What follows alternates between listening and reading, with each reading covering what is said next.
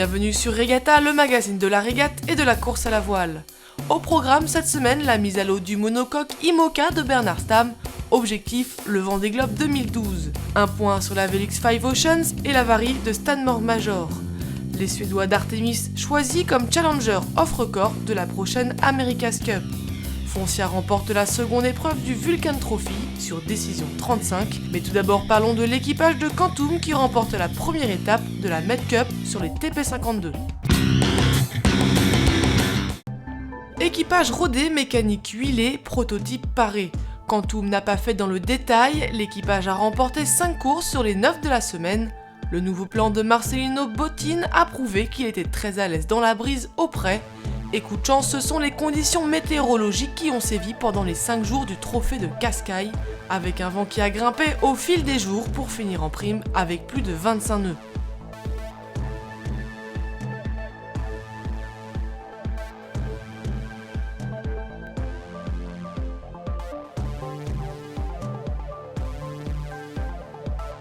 Les différences de vitesse entre les 7 bateaux présents au Portugal étant infimes, c'était donc la capacité à naviguer dans du vent clair qui permettait de grappiller les quelques longueurs d'avance pour faire la différence à la bouée au vent.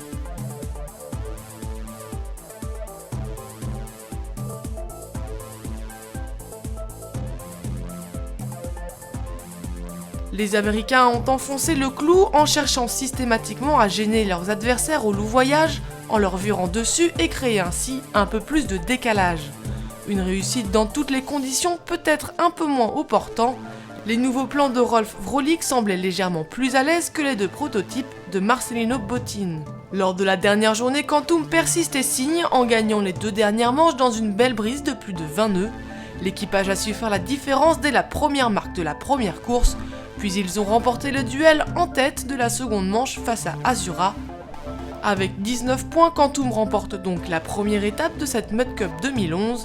Derrière à 31,5 les Allemands de Container, puis à 1 point les Italiens d'Audi Azura Sailing Team. Partis le 14 mai de Charleston, les 4 Eco 60 participants à la Velux 5 Oceans tracent leur route vers La Rochelle. Stanmore Major a bien cru devoir y renoncer. C'est ce qu'on pourrait appeler une grosse frayeur. Stanmore Major a bien cru qu'il était en train de couler. Il a donc signalé une voie d'eau importante à bord de son bateau Spartan. Ce n'est qu'après avoir évacué l'eau qu'il a vu la fuite. Elle provenait des ballasts. L'eau pompée se vidait dans le compartiment arrière du bateau. Le choc a été immense pour le Britannique qui s'était engagé dans une bataille serrée avec Hatfield et Gutek, voyant la côte la plus proche à plus de 1000 milles. Les 2 marins qui s'étaient déroutés pour lui porter assistance ont pu reprendre leur course une fois la situation critique écartée. Tous deux auront ainsi droit à une réparation pour le temps de course perdu lors de ce déroutage. Une avarie qui arrive au skipper alors qu'il venait tout juste d'établir un nouveau record des 24 heures pour cette édition de la Velux.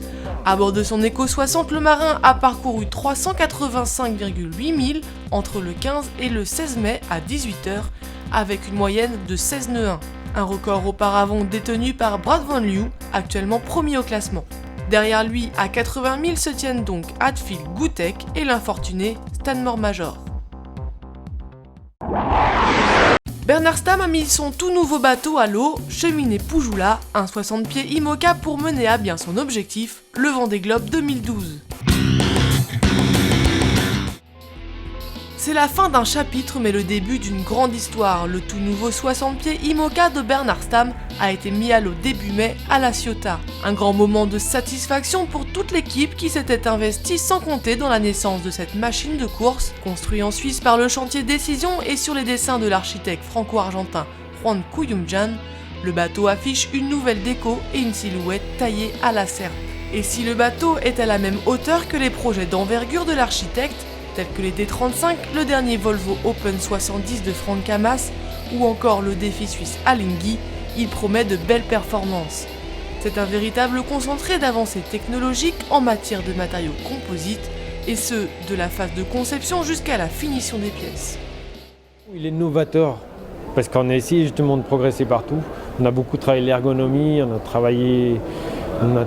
a essayé travailler tous les points qu'on sait qui fonctionnent et puis on essaie d'éradiquer les points qui ne fonctionnent pas en mettant en place un contrôle qualité drastique, quoi, et en truffant le bateau de capteurs fibre optique qui vont permettre au bateau de nous parler, quoi, nous dire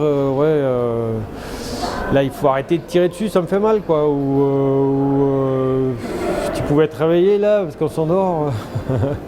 Je veux dire, il va nous dire ce qui se passe, quoi. Donc ce qui là est une vraie nouveauté, quoi. Je pense que je pourrais naviguer sereinement si ça va me permettre d'apprendre le bateau rapidement, quoi.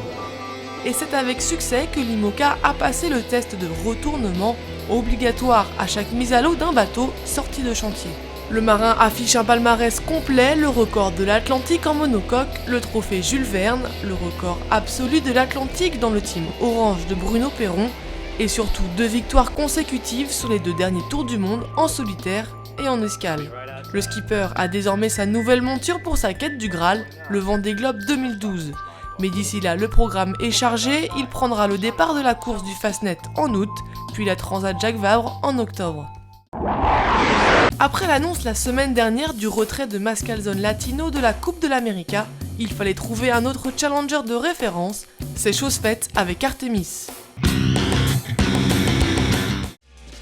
Le Royal Swedish Yacht Club, représenté par Artemis Racing, a été accepté comme challenger de référence pour la 34e Coupe de l'América de 2013. Mascalzone Latino du club nautique de Rome avait annoncé le 12 mai qu'il renonçait à participer à la Cup, faute d'avoir pu réunir un budget suffisant.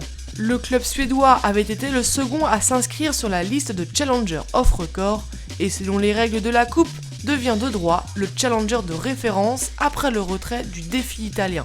La 34e Coupe de l'América se déroulera du 7 au 22 septembre dans la baie de San Francisco et se disputera sur des nouveaux catamarans AC45 à voile rigide dont vous pouvez voir les dernières images. Images tournées les semaines passées dans la baie d'Auckland, les équipages se livraient alors à des essais de matériel électronique pour l'arbitrage et la couverture audiovisuelle des événements. Le meilleur des challengers affrontera le Defender américain Oracle Racing, détenteur de l'aiguillère d'argent depuis février 2010 et sa victoire sur le défi suisse Alinghi. Foncia remporte la Rielstone, seconde épreuve du Vulcan Trophy sur D35. Cette victoire sur cette seconde étape du Vulcan Trophy permet à Foncia de revenir 5e au classement général.